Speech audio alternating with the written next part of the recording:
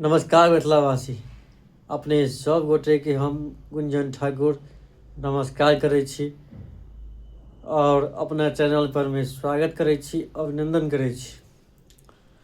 आइ 2025 के विदाई भऽ रहल अछि और काल्हि खना यानी आइ राति के 12 बजे से 2026 में हम अहाँ सब गोटे प्रवेश करब।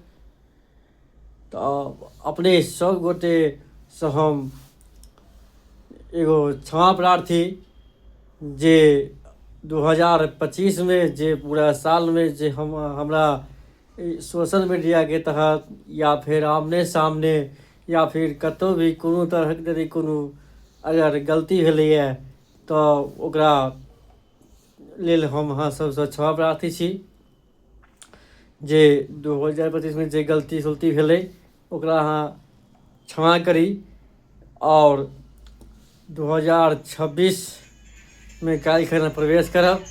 तो अपने सब गोटे आशीर्वाद दिअ, जहिना अपने सब गोटे आशीर्वाद दैत एलियै और अखन तक हमर सोशल मीडिया पर ने अपने सब गोटे प्यार स्नेह आशीर्वाद दैत एलियै, तहिना 2026 में अपने सब गोटे मिलकर सेहो अपने सब गोटे आशीर्वाद बनेने रही जे अहाँ सबके नया नया चीज नया नया वीडियो बना कर अपने सबके समक्ष उपस्थित होइत रहब।